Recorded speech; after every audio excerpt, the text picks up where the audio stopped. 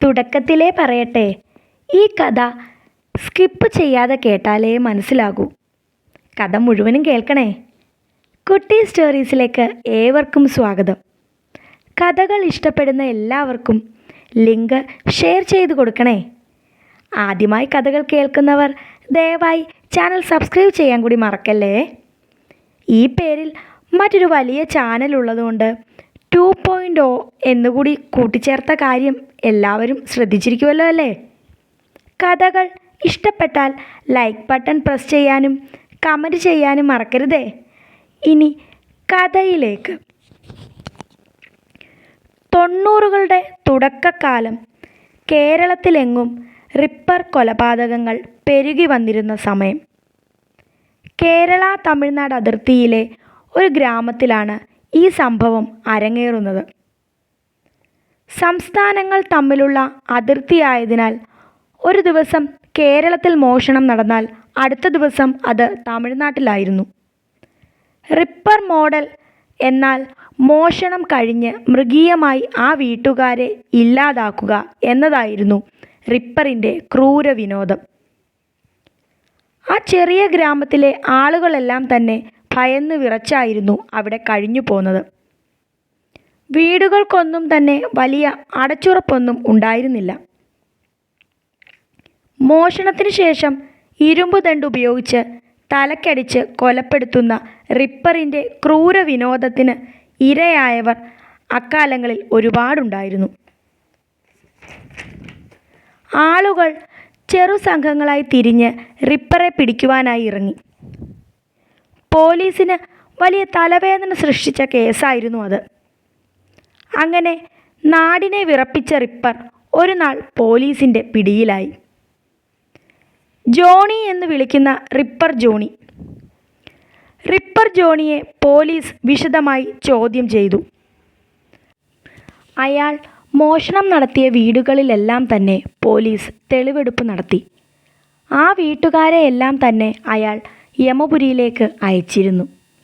ഇരുമ്പ് ദണ്ടുകൊണ്ട് തലക്കടിക്കുമ്പോൾ അവരുടെ പിടച്ചിൽ അയാളെ ഹരം കൊള്ളിച്ചിരുന്നതായി അയാൾ പോലീസിനോട് പറഞ്ഞു. പക്ഷേ കഥ തുടങ്ങുന്നത് ഇനിയാണ്.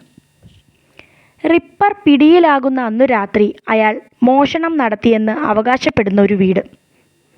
അതാണ് പോലീസിനെ ശരിക്കും കുഴക്കിയത്. ഇനി അയാളുടെ കണ്ണിലൂടെ ആ കഥ പറയാം.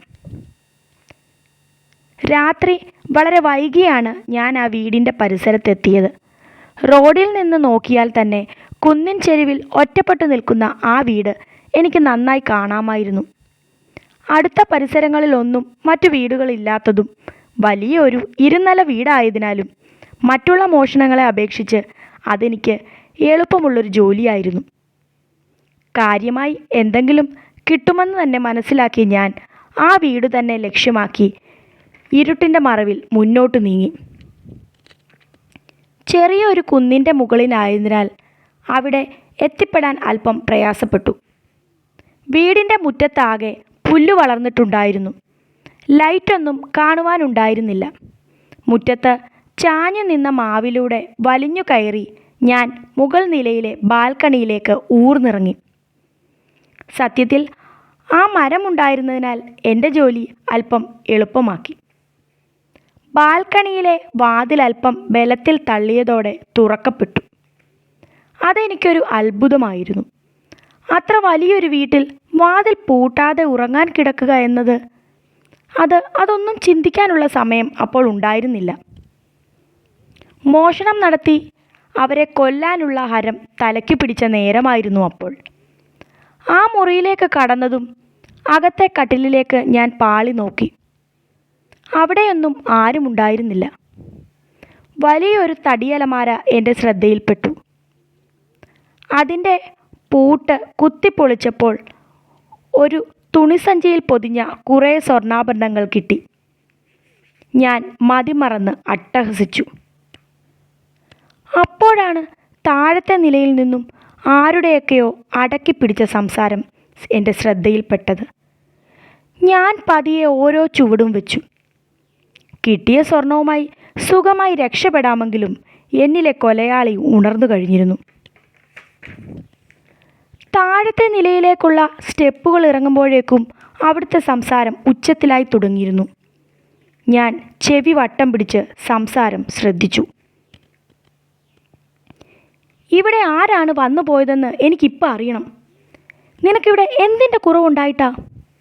അല്പം ഗാംഭീര്യമുള്ള ഒരു പുരുഷ ശബ്ദം. ഇവിടെ ആരും വന്നിട്ടില്ല. നിങ്ങൾ വെറുതെ കള്ളം കുടിച്ച് തോന്നിവാസം പറയരുത്. പതിഞ്ഞതെങ്കിലും വളരെ ഉറച്ച ഒരു സ്ത്രീ ശബ്ദമായിരുന്നു മറുപടി പറഞ്ഞത്. അല്പസമയം ആ പടിയിൽ ഞാൻ കാത്തുനിന്നു.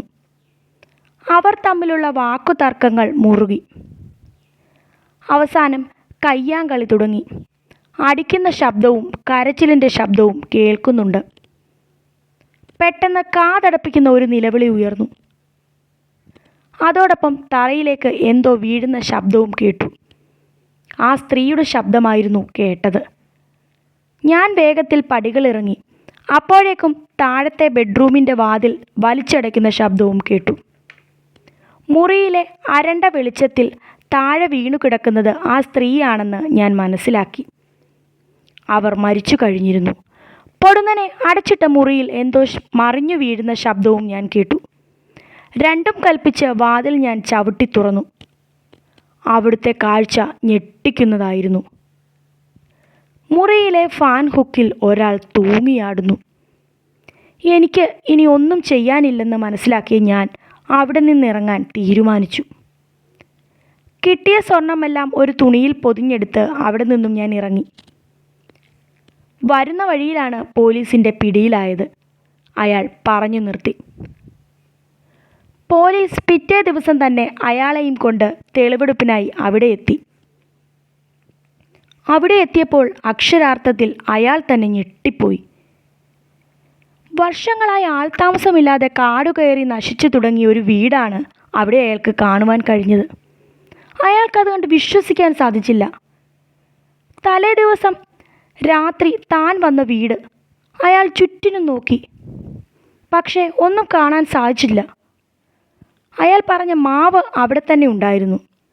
പിന്നീട് പോലീസിൻ്റെ വിശദമായ അന്വേഷണത്തിൽ വർഷങ്ങൾക്ക് മുൻപ് ആ വീട്ടിൽ താമസിച്ചിരുന്ന ഭാര്യയും ഭർത്താവും തമ്മിൽ വഴക്കുണ്ടാക്കിയ ശേഷം ഭാര്യയെ തലക്കടിച്ച് കൊന്ന് ഭർത്താവ് തൂങ്ങി മരിച്ചെന്നാണ് അറിയുവാൻ സാധിച്ചത്. ഭാര്യയെ അയാൾക്ക് സംശയമായിരുന്നത്രേ. ഈ സത്യങ്ങൾ അറിഞ്ഞ ശേഷം പോലീസ് തന്നെ കുഴങ്ങി.